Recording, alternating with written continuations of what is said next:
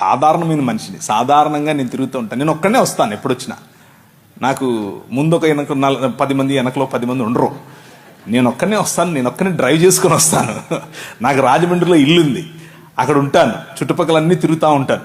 So I'm very free, more like you. మీతో కలిసి కూర్చోవటం, మీతో కలిసి భోజనం చేయటం, మీతో కలిసి మాట్లాడటం నాకు ఇష్టం. సో మీకు ఏదైనా ప్రశ్నలు ఉంటే, ఇప్పుడు ప్రశ్న జవాబులు అన్నారు కాబట్టి మీరు ఇది అడగచ్చో లేదో, ఇలా మాట్లాడచ్చో లేదో అన్న ఆలోచన లేకుండా మనసులో ఉన్నది ఉన్నట్లు అడిగేసేయండి.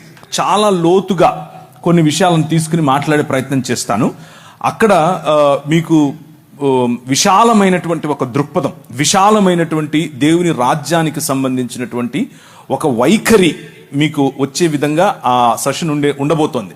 కాబట్టి చాలా క్రిస్ప్గా, అంటే తక్కువ సమయంలోనే ఈ ప్రశ్నకు సమాధానం చెప్తాను. భారతదేశం మాత్రం